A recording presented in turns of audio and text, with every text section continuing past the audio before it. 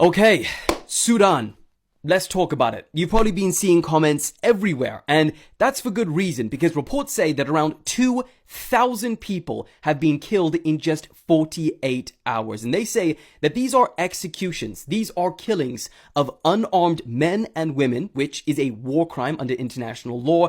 There is bloodstains so large that they can be seen from satellite imagery from space. You see, there's been a civil war in Sudan for over 2 years between a military group called the Rapid Support Forces, the RSF, and the Sudanese National Army. And there is a city in Sudan called Al Fashir, and that city has been under siege, has been surrounded by RSF forces for hundreds of days. But this week, that city finally fell. The Sudanese army withdrew and the RSF forces went in. Now, since then, this is why you're seeing a lot of stuff from Sudan recently. There has been a huge amount of evidence online in the form of videos and reports that show systematic killings of civilians and many other atrocities. We're talking house-to-house executions, sexual violence, and indiscriminate attacks. In fact, according to figures from the World Health Organization, a staggering 460 people were reportedly killed at a hospital, including patients and staff. But to make matters even worse, humanitarian organizations say that there's around 250,000 people still stuck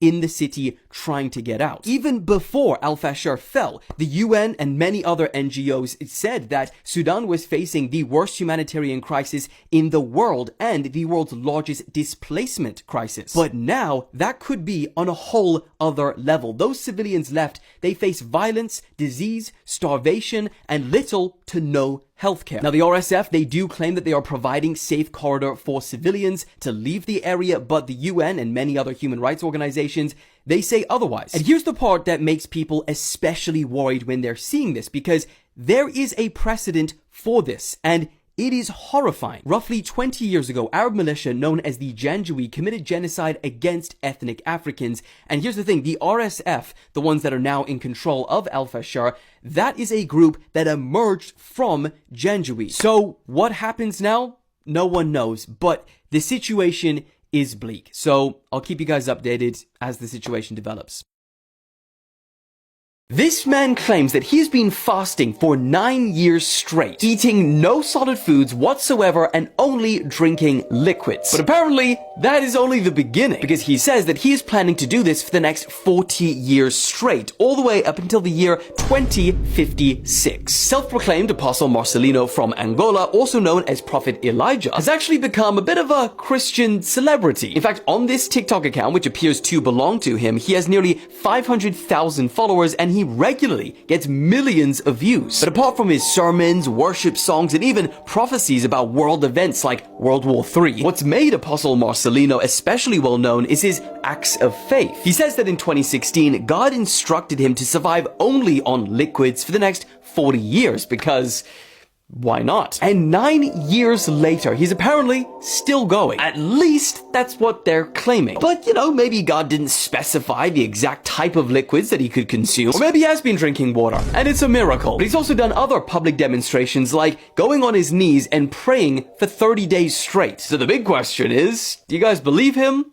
or not? Dogs in Chernobyl are now turning blue, and no one really knows why. Now, what you are looking at is footage captured by an organization that is dedicated to caring for the abandoned pets of Chernobyl. In fact, the ones you're seeing here are likely the descendants of the dogs left behind by the families in the 1986 nuclear disaster. But if the mutant wolves that were discovered last year to have developed genomes resilient to cancer wasn't crazy enough, recently 3 dogs were spotted that had turned almost completely blue. Now, the organization said that this was a complete mystery, but they did speculate on their Instagram saying that it was most likely them getting into some sort of chemicals. They're currently trying to catch them to investigate, so I'll keep you guys updated. Is rap music really dying? For the first time in over 35 years, not one single rap song has made the top 40 of Billboard's Hot 100. Just think about that. Every single week since 1990, which is almost 2,000 weeks in a row, a rap song has made it into the top 40 until today. History once again. Now, there's 2 main reasons to this. One, which you'll hear unks in the comments saying,